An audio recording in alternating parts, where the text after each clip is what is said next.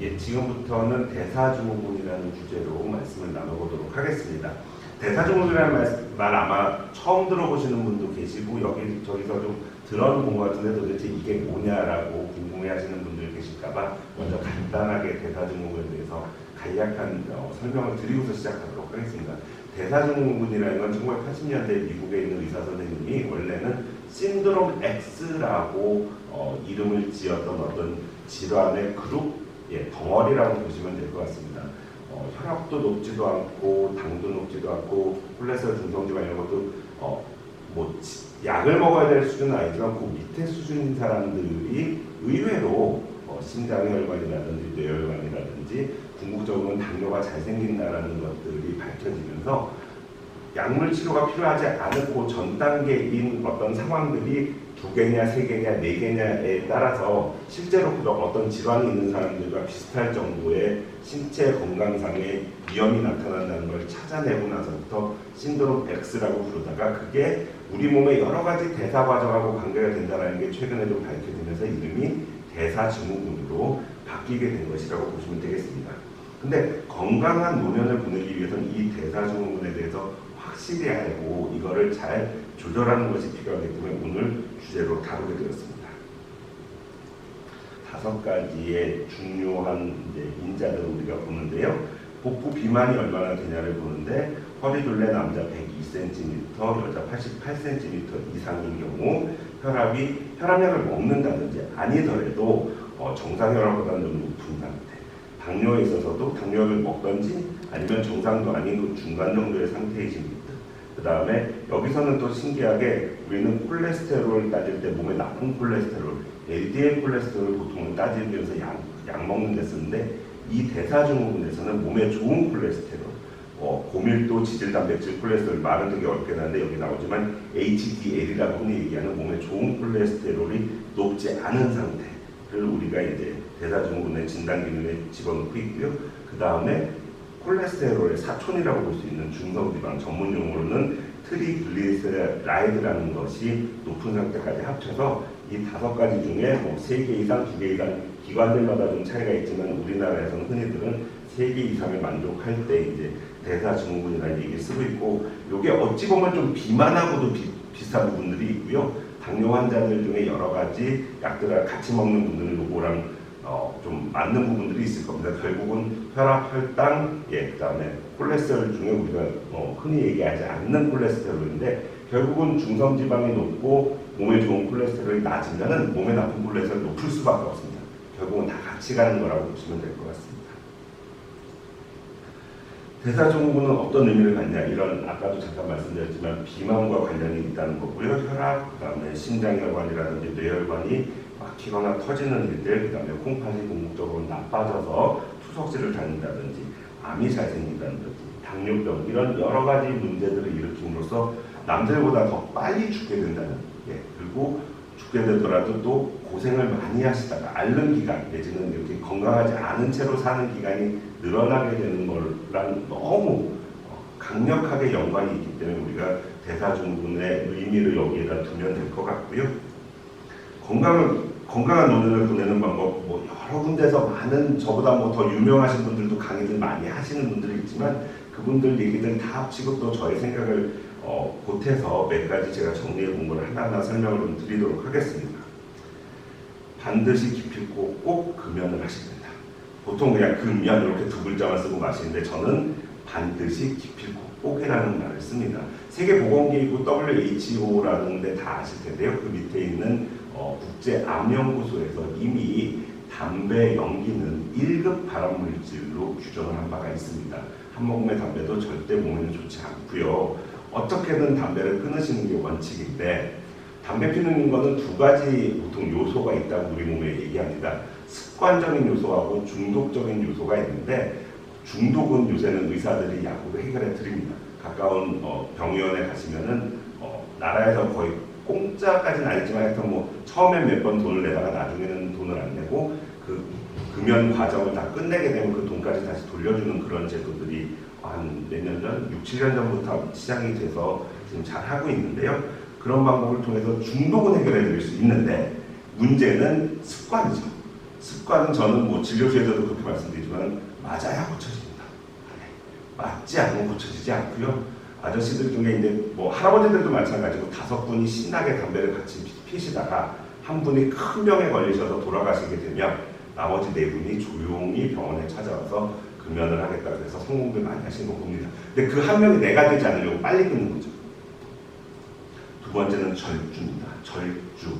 술을 덜 마셔라는데 저도 대한민국 아저씨 중에 한 명이지만 여지껏 수많은 모임을 가봐서 서양 사람들처럼 야 한두 잔만 마시고 우리 이 모임을 파하자라고 하는 모임을 가본 적이 없습니다. 네. 그래서 현 시점에서는 2번 중에 1번의 술 모임은 어떠한 변명을 대서라도 빠지셔라. 네. 그렇게 말씀드린 게 합리적일 것 같고요. 원칙적으로는 일주일에 3일 이상을 술을 먹어서는 안 되고 연속 이틀 술을 먹어서는 안 되고 각각이 정해진 잔들이 있지 않습니까? 소주잔이 있고 맥주잔이 있고 와인잔이 있는데 그걸로 해서 여자는 1잔, 남자는 2잔을 넘어서는 안 된다는 것이 원칙으로 하시면 될 것 같고요. 이랬을 때 또 물어보시는 게 맥주는 어떤 잔이 진짜 잔입니까? 또 이만한 또 피처잔도 있는데 그거 아니고요. 그 맥주 글라스가 한 잔이라고 이해하시면 되겠습니다. 싱겁게 골고루 채소와 생선은 충분히 이렇게 말씀을 드렸는데 채소랑 뭐 야채랑 어떤 게 표준말이냐 야채는 또 일본말이니까 쓰지 말라고 해서 이제 채소라는 말을 쓰는데 항상 이렇게 말씀드릴 때마다 제가 강조드린 게 과일은 여기 없습니다. 과일은 없고 토마토는 그러면 과일이냐 채소냐 또 막 얘기들이 좀 많죠. 뭐 당도에 따라서 그걸 나누는데 뭐 잘 찾아보시고 한번 잘 기억하시면 좋을 것 같고요. 굳이 나는 과일을 꼭 먹어야겠다 싶으시면 토마토 정도 드시는 게 원칙이라고 보시면 될 것 같고요. 생선에 있어서도 야 생선 많이 먹으면 또 뭐 수분이 몸에 쌓이는데 그거는 임산부들, 어린애들 얘기고요. 연세 드신 분들은 제발 그거 좀 많이 오래 쌓여가지고 문제 일으킬 때까지 오래 사셨으면 좋겠습니다. 그거 불가능하시니까요. 마음껏 드셔도 되겠습니다. 매일 30분 이상의 운동을 하라고 하는데 이 운동이라는 개념이 또 일반인들하고 체육학 박사님들 이런 운동을 연구하는 분들 간에 큰 괴리가 있습니다. 저도 뭐 체육학을 전공하지도 않았고 뭐 중고등학교 다니면서 체육 성적이 좋았던 사람은 아니지만 이 체육학 박사님들이 생각하시는 운동은 우리가 생각하는 운동이랑은 급이 다르다는 거. 그래서 이런 거 권하시는 분들이 생각하는 운동은 보통 걷기 운동들 어머님들 많이 하시는 걸로 알고 있어요. 코로나인데도 마스크 쓰고들 많이들 하시는 거 보는데 어디서부터가 운동이냐? 두 사람이 같이 걸어가면서 대화를 나누는데 세워라 이렇게 걷는 건 하나도 운동이 되지 않고요. 얘기를 하는 데 있어서 한마디의 문장을 하는데 한 번씩 끊어갈 정도. 내가 오늘 영화를 봤어. 이때부터가 운동이다. 그거를 30분 하시라는 얘기입니다. 그렇게 하시면 되게 힘드실 거고요. 운동보다 더 중요한 거는 준비 운동과 정리 운동이 되겠습니다. 워밍업, 영어로는 워밍업, 그 다음에 쿨다운이 안 되면 자칫 부상으로 이어질 수 있고 그 다음에 운동하기가 더 힘들어지기 때문에 준비 운동과 정리 운동은 꼭 필요하다는 것 좀 기억해 주시면 좋겠습니다. 적정 체중과 허리 둘레를 유지하라고 되어 있는데 허리는 항상 점점점 굵어지죠.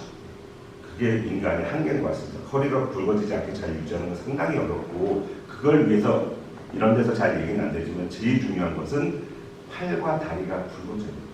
팔다리가 가늘어지면 젊었을 때는 인기가 있을지 모르겠지만 그게 궁극적으로는 점점 배가 나오게 되는 원인이 되기 때문에 제법 등치가 있는데도 당이라든지 이런 것들이 좀 높지 않은 분들의 대부분을 보면 팔다리가 되게 많이 굵은 걸 보실 수 있고요. 팔다리에 있는 근육은 우리 몸에서 당을 써주는 되게 좋은 신체 장기라고 보시면 될 것 같습니다. 스트레스를 줄이고 즐거운 마음을 가지게 되면 건강한 눈을 보는데 많은 도움이 됩니다. 첫 번째는 양질의 수면을 취할 수 있기 때문에 그렇습니다. 잠 잘 주무세요라고 많이들 여쭤보면 잠이 잘 자죠. 몇 시에 주무세요? 12시 넘어서. 몇 시에 일어나세요? 6시. 수면 시간도 짧고 뿐더러 중간에 몇 번이나 계세요? 서너 번 깨지. 그거는 제대로 된 수면이 아니라는 거죠. 좋은 잠, 좋은 수면이라 하면 몇 시간을 자는 게 중요한 게 아니라 자고 일어났을 때 잘 잤어. 하늘을 날아갈 것 같이 몸이 가벼운 기분이야. 신난다 얘기가 나와야 되는데 그런 얘기가 안 나오는 잠은 다 저질잠, 양질의 수면이 아닌 게 되는 거고요. 거기에 가장 큰 방해가 되는 건 제가 여지껏 21년 동안 의사만 바라본 결과로는 스트레스가 문제다. 즐거운 마음을 못 갖는 게 문제다. 라고 말씀드릴 수 있겠습니다. 그 다음에 혈압, 당뇨, 고지혈증, 조기 발견. 정말 중요합니다. 우리나라 그 조기 발견을 못해서 제가 학생이었던, 의과대학 학생이었던 20세기 말만 해도 응급실 실려 오시는 분들 맨날 저희 선배 의사 선생님들이 혈압 있는 거 모르셨어요? 당뇨 있는 거 모르셨어요? 콜레스테롤 이렇게 높은데 모르셨어요? 이런 얘기들 너무너무 많이 했지만 요새는 몰라서 오는 사람 없습니다. 왜냐하면 나라에서 건강검진을 그렇게들 많이 시키고 여기저기서 병의원들마다 혈압계들 다 있고 혈당 측정들 다 하기 때문에 자기가 혈압이 높다, 당뇨가 있다, 고지혈증이 있다 이거 모르는 사람 거의 없습니다. 문제는 그거를 뭉개는 거죠. 아닐 거야. 그거 뭐 아까 말씀드린 한 번 먹기 시작하면 평생 먹어야 되고 몸에 인이 배기고 간과 쓰레기가 녹아내린다는 그럼 어디선가 출처할 수 없는 유언비어로 인해서 세뇌가 되셔가지고 치료를 망설이거나 치료를 주저하시거나 치료를 하다가 임의대로 끊는 그 자체가 문제고요. 지속적으로 잘 치료를 받는다면 혈압, 당뇨, 고지혈증으로 인한 몸의 어떤 손해라든지 몸에 손상이 온다든지 그로 인해서 뭔가 불편해지는 상황이 생길 가능성을 줄일 수 있기 때문에 혈압, 당뇨병, 콜레스테롤에 있어서는 빨리 진단을 받고 진단을 받았다 그러면 그때부터는 무조건 치료를 시작하고 치료를 한번 시작했으면 지속적으로 잘 관리를 해서 수단과 방법을 가리지 않고 뭐 종교적인 색채를 좀 띄어서 그렇지만 악마한테 영혼을 팔아서라도 정상에 가깝게 만들어 놓으셔야 나중에 덜 고생하신다는 거 확실히 말씀드릴 수 있겠습니다. 그 다음에 뇌졸중하고 심근경색증의 증상을 잘 알고 계셨다가 조금이라도 이상하면 그때 괜히 이상한 거 집에 있는 무슨 좋은 거 뭐 하나 먹고서 있어봐야지 이런 것들 제발 하지 마시고요. 무조건 119로 연락을 하셔야 됩니다. 뇌졸중의 증상 알려드리도록 하겠습니다. 어느 날 갑자기 물체가 2배로 보인다. 그 다음에 글씨가 잘 안 써지고 젓가락질이나 숟가락질이 잘 안 된다. 숟가락을 떨어뜨린다. 젓가락을 못 집는다. 그 다음에 발음이 샌다. 침을 질질질질 흘린다. 중심을 못 잡고 계속 기울어진다. 넘어지려고 한다. 이런 게 이제 뇌졸중의 증상이 되겠고요. 그런 것 중에 한두 개라도 있으면 무조건 119 타고 와서 아니더라도 아니라는 걸 확인하는 것이 필요하고 심근경색증은 뭐 가슴이 불편하셔야죠. 가슴이 불편한데 여지껏 불편했던 것과 다를 정도로 강력하게 불편하신 경우에 오시면은 심근경색으로 진단받는 경우들이 뭐 다 심근경색이다 그건 아니지만 놓쳐서는 안 되기 때문에 아니라는 거 확인하고 가는 것도 중요하기 때문에 119 타고 꼭 가까운 응급실로 가시는 것이 필요하겠습니다. 술 얼마만큼 마시냐 아까 말씀드렸지만 하여튼 이게 남녀 차별이라고 또 화내시는 분들이 있거든요. 그래서 이제 대사증후군이 있는 분들은 훨씬 더 적게 드셔야 되는 것 같고 남녀는 한 2배 정도 차이가 난다라고 말씀드릴 수 있겠습니다. 어떻게 운동하는 게 좋냐? 숨 찰 정도로 운동하셔야 됩니다. 어떠한 경우에도 숨 차지 않은 정도로 움직이는 건 반만만 나지 운동적인 효과는 전혀 없습니다. 산책하고 오면 당연히 반만 좋아지시거든요. 근데 그거는 전혀 우리가 생각하는 어떤 건강한 인생하고는 관계가 없는 거고요.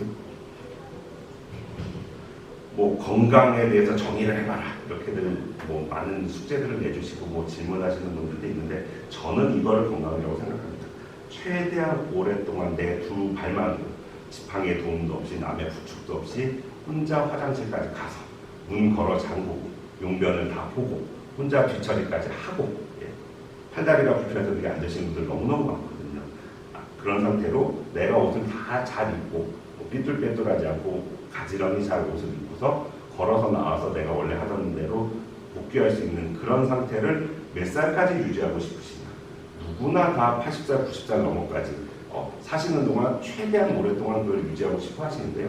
그 건강을 위해서는 오늘 제가 말씀드린 혈압, 당뇨, 고지혈증, 그다음에 적정 체중, 스트레스 들받는 거 이런 것들을 다 해서 대사증후군으로부터 좀 벗어나셔야 내지는 그런 요소들이 있다면 정상이라고 비슷하거나 정상이랑 똑같이 잘 조절을 하셔야 이런 안 좋은 상황, 제가 말씀드린 거 뭔지 아시죠? 자기 혼자 화장실 못 가는 그런 상황으로부터 벗어나는데 큰 도움이 되기 때문에 오늘 제가 강의 드린 거 잘 기억하시고 기억만 해봐야 소용없죠. 그걸 내 생활 속에 꼭 녹여들여서 다른 인생으로 좀 바꾸신다면 여러분들 모두 건강하게 잘 지내실 수 있을 거라고 저는 믿습니다. 교수님 오늘 대사증후군에 대해서 모르던 내용을 너무 설명을 잘 해주셨는데요. 제가 어르신들한테 가장 많이 받는 질문 중에 하나가 어르신들이 매년 건강검진을 하세요. 건강검진을 하고 오시면 대사증후군이 있다라는 결과를 갖고 오신다는 말씀이시죠. 그러면 저희 센터에 오시는 어르신들이 60대에서 80대 이상이신데 대부분 다 대사증후군이라고 하면서 나는 이것도 없앴으면 좋겠다. 그럼 난 어떻게 하느냐. 3개 이상을 갖고 있다라고 얘기를 하시는데 그럼 이런 분들은 어떻게 하면 좋을까요? 원칙적으로는 있다 없다보다는 그거를 어떻게 잘 조절하냐가 중요하고 혈압, 당뇨, 고지혈증 약을 드시고 계시면 그 있다의 체크가 될 수밖에 없습니다. 그렇지만 그렇더라도 정상인하고 똑같이 유지를 해주셔야 되는 거고 일단 혈압약을 먹는다든지 당뇨약을 드신다든지 콜레스테롤 중성지방 관련 약제를 드시고 계신다면 그거 있는 걸로 체크되기 때문에 잘 치료받고 있다면 대사증후에 대해서 걱정하지 말아라. 그리고 그 요소가 지금 5가지 중에 줄일 수 있는 거는 보통은 체중이죠. 체중, 그 다음에 허리둘레 이런 것들 그런 것이 이제 첫 번째가 되겠고요. 그걸 어떻게 줄일 거냐. 근데 사실은 60번째 생일 넘은 분들한테 너무 심한 다이어트를 강요하지 말라고 되어 있습니다. 왜냐하면 70번째 생일 때 내 집에서 생활이 가능한 요인 중에 가장 중요한 것이 팔다리가 가늘어지지 않는 것인데 다이어트를 하시려고 무리하게 굶거나 심한 운동을 하시게 되면 팔다리가 가늘어지게 됩니다. 그렇게 되면 자기 혼자 독립적으로 움직이는 게 불가능하게 돼서 내 집에서 생활 못하고 다른 데 신세를 지셔야 될 일이 늘어나기 때문에 사실 환각지난 분들한테는 억지로 다이어트를 강요하지는 않고요. 그래도 좀 뭔가 해보시겠다면 팔과 다리의 둘레를 무슨 뭐 이렇게 줄자 같은 거 있잖아요. 줄자 같은 걸로 한번 재보십시오. 팔 둘레 재시고 다리 양쪽 다 재보셔서 팔을 2cm 늘리고 다리를 4cm 늘리고 이렇게 하시게 되면 배가 줄어듭니다. 그거는 모든 사람에게서 다 증명된 겁니다. 하기가 어려워서 그렇죠. 근력 강화, 근육 양 증가를 이제 해내시다면 쉽지 않습니다. 모든 사람이 다 할 수 있으니까 그거 해보세요 그렇게 말씀을 드리는데 할 수 있으시면 좀 하신다면 걱정하시는 그 대사증후군의 요소들 몇 가지들 개선하는 데는 큰 도움 받으실 수 있을 겁니다. 네, 그러면 대사증후군이 있다라는 것 자체에 너무 중요하게 생각하지 마시고 그걸 조절하는 방법을 더 중요하게 여기시면 되겠네요. 혈압당뇨 고지혈증 약을 먹는다면 그게 체크가 되기 때문에 그래서 빠져나갈 수가 없는 거고요. 사실은 그 전 단계인 분들 얘기하는 게 맞기 때문에 네, 알겠습니다. 치료 중이신 분들은 주치의 선생님하고 잘 상의해서 각각의 요소에 대해서 조절받는 것이 좋습니다. 제가 준비한 강의 여기까지고요. 경청해 주셔서 감사합니다.